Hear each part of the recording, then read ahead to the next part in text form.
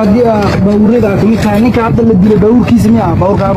باور كيس بس ساعة معايا صار يعاون باور باو أنا دي شيء هذه ما كمية أنا كمان ساعة باور صار اللي كان وحنا قلنا إحنا حتى ساعة اللي قلت لي ساعة هل ساعة اللي تري حتى 6 ساعة عقبال واحد أو مامولو كنا في كبر مامول كسر تحت الروما إيماني عوضة وعند السبارة وطالع كبرنا أو سكود دقن صح مدش مدة سبلا عشان بقول صح ما قلنا وسوي جيسة هل دولار ده يقول أنا مالي وأنا داري أنا دولار وأنا بودري بجيء ما أقول لك أنا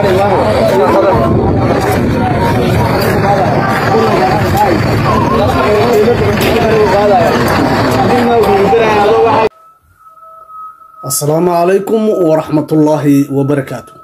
كلانتي وعن أو ونكسن خيارتا شرفت الله هل كان أكو كلنا موقال كيغان وكساب سيح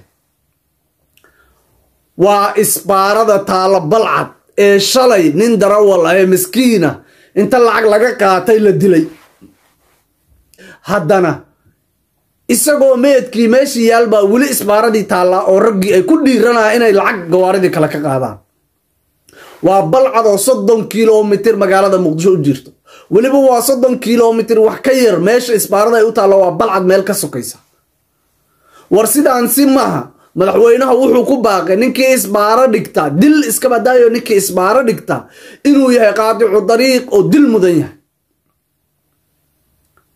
قاطع الطريق ويدل إنه مضيع أو نهيب لهين قبيل لهين قلا لهين أهل لهين أصحاب لهين وتوك قاطع الطريق هاي لنا الدلاي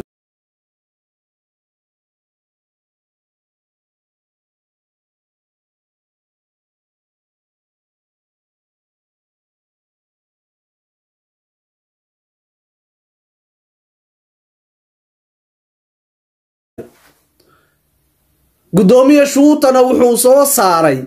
رجع فرنت هورا كجرا كويس بارا دكتي اسكا بدا كو فرنت هورا كجرا غبود فلada suubina shacabka gabadh falada ku suubina inta qof iska qabtaan qof qofka uu ciil qab intuu qabto dil shabaab way u yiraahdo ciidan buu u suubiyay sharci xeer buu ka soo saaray la ilaalin doona la fiirin doona ish cadaaladana ay diirada saa ugu eegayso ciidamada qalabkiisa markii oo la soo saaray labada baaq oo golaha wasiiradu ay soo saareen baaqa go'aanka qaraarka ah in ay maxkamadaha ciidamadu ay la wareegaan kiisaska ka dhaca meelaha furunta ah oo dagaaladu ka socdaan ay diyaar garowda arrintaasi waxaana la sameeyay ciidamo gaar u ah isbaarooyinka iyo dadkaas xeeraha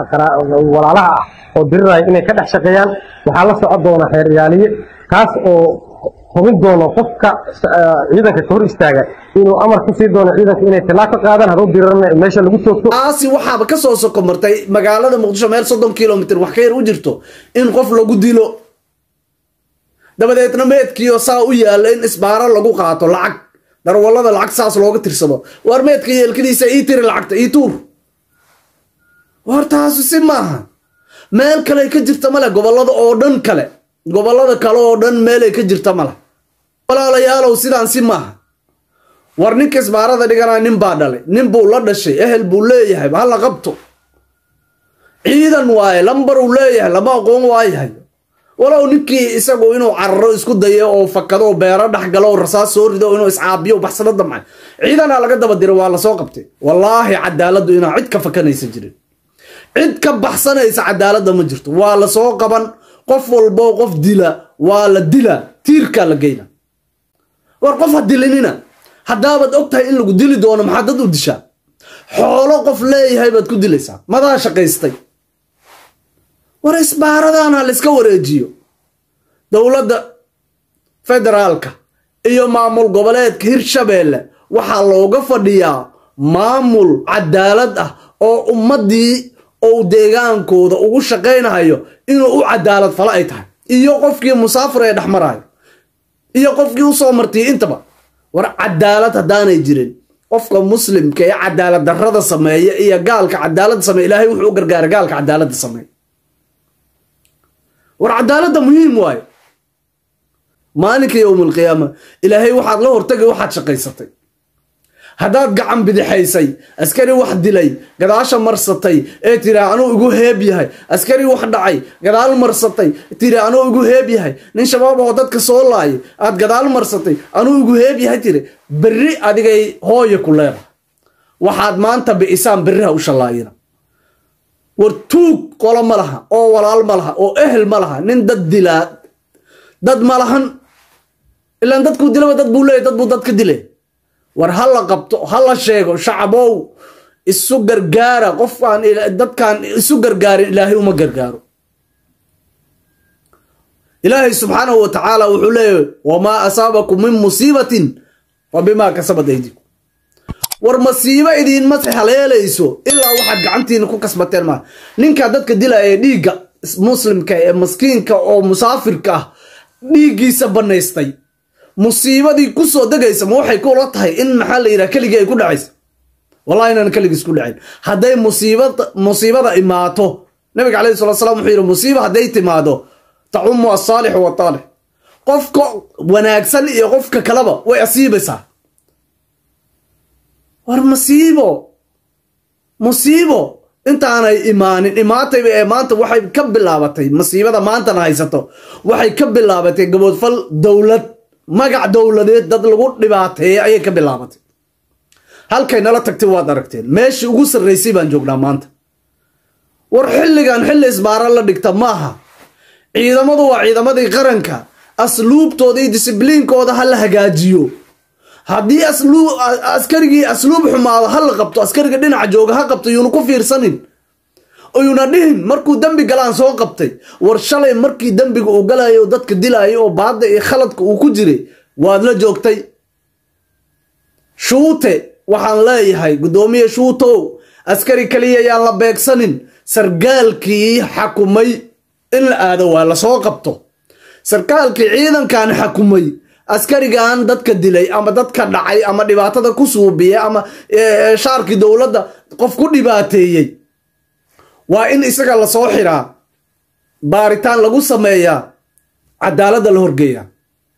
sidaasi si lamid ah waa in sarkaalkii xakumaa baaris lagu sameeya cadaaladda la horgeeyaa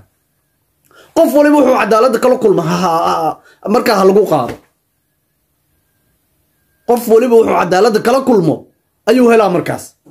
laakiin de askarigii shalay askar baa la joogto way fiirsanayeen saasay u fiirsanayeen dhibaatada markuu geysanayo markuu dadka dhibaateynaya lacagta ka qaadayo markuu dadka dilahay markuu yacni qof uu u awood sheegana uu qori ku garaacay ama jugujugeeyey ama si uu u dhibaatay ama uu dilayba ama hantidiisii ka qaatay askar kalaa fadhida meesha keligii mu ahayn way ku fiirsanayeen markuu dhibaatadii geystay kadib baa dadkii qeylsheen qayladii baa soo baxday way ordeen way soo qabteen dambiilayaal waa kuwa eeganaya cadaaladdu ma aha iyo waxa ay shaarka u sitaan ay waardiyeynayaan ma aha shacabka kaliya ma ahan nin xil haaya kaliya inay ilaaliyaan ma aha maxaa la yidhaahdaa naftooda kaliya inay ilaaliyaan shacabka mishaarkiina bixiya askaray mishaarkiina waxaa bixiya shacab ama mid shacabka Soomaaliyeed hanti lagu soo qaato hal idinka siiyo ama canshuur ayaga laga qaaday hal idinka siiyo mishaarkiina waxaad ogaataa cidda bixisa waa shacabka aad dhibaateynaysaa maalin walba ma aha mana noqonaysa mid loo dulqaadan karo loona dulqaadan doono shacab mishaarkaaga bixiyo inaad ku dhibaatayso shaarki dowladnimo ma yeelayno dowladana waxaan leeyahay dowladdu waa in ay geysaa ciidan walba meesha uu joogo oo canshuurta ku qaadayo bar controlkiisa waa inay kor joogto ayagaa sii ilaaliso waa in la korgeeya aanay iyagu ogeyn ciidan dhar cad ah ee ilaaliya warbixinta ka soo gudbiya maalin walba 24 saac saa u dul fadhiya isku badbedela waa in la dulgeeya haddaana ahayn waa in kaamirad lagu kor xiraa 24 saac walbana la controla nin controlo waa in uu jira ninkii in yar oo dhibaato inta la eg shacabka u geysta la cadaaladda la horgeeya ta shacabkuna sidaas la mid ah askarigan waa la controlaa oo dhibaato inaan ku geysan ayaa lagu cadaadinaya ma ahan inay intay ay awood isbidaan ay askariga ay dhibaateeyaan shacabow adinkana waxaan idin leeyahay askarigaani roob baa ku da'a rasaas baa ku dhacda wuu dhintaa wuu dhaawacmaa dartiina si ammaan aad u heshaan waa inaad ku ixtiraamtaan ninka dhamacda kuleylka iyo dhaxanta iyo roobka u jooga maalin walba u dhimanaya dhiiggiisa u baxaayo waa adinka dartiin si aad nabad u heshaan sidaas daraaddeed ixtiraam buu naga mudan yahay askariga waa in lagu ixtiraamaa dulqaadashada dhibaatadaasi u dulqaadana walaalayaalow haddaad tihiin askar waxaad naga mudantihiin sharaf halkaa madaxaad noo saarantihiin laakiin shacabkay ha dhibaataynina waan ognahay dhibta aad ku mutaysataan shacab ilaalintiisa markii meel la weeraro bar oo shacab leedahay ama bar dowladeed wax ku dhibaatoonaya ku dhimanayo ku dhaawacmaya 24 saac waadinka nimanka argagixisada meesha galaan dadka feeraha xabadda u dhigta waa askartii dowladda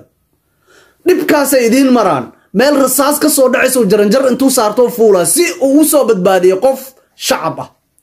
si uu soo badbaadiyo maxay qof shacab ah naftiisu u huraaya walaalayaal marka askarigu ma mudna caay iyo dhibaato isaga ruuxiisa dhib baa haysta marka in oo la dhibaateeyo maaha askariyow adiguna shacab inaad dhibaataysa maaha walaalayaal isurumayna waan isku dul noolna haddaan shacab nahay haddaan askar nahay midkeenba midka kale ha ixtiraamo midkeenba midka kale ha ixtiraamo muuqaalkayga intaas ayaan kusoo gabagabaynayaa waxaan ka codsanay intaana muuqaalkan ka bixin walaalow adigaa i daawanaya subscribe-ta share-ta like iyo comment kusoo daa mid walba subscribe dheh ha ilaawino gambaleelkana furo waa ku mahadsan tahay inaad halkaan nala soo gaartay eed muuqaalka nala dhammaysatay السلام عليكم ورحمة الله وبركاته.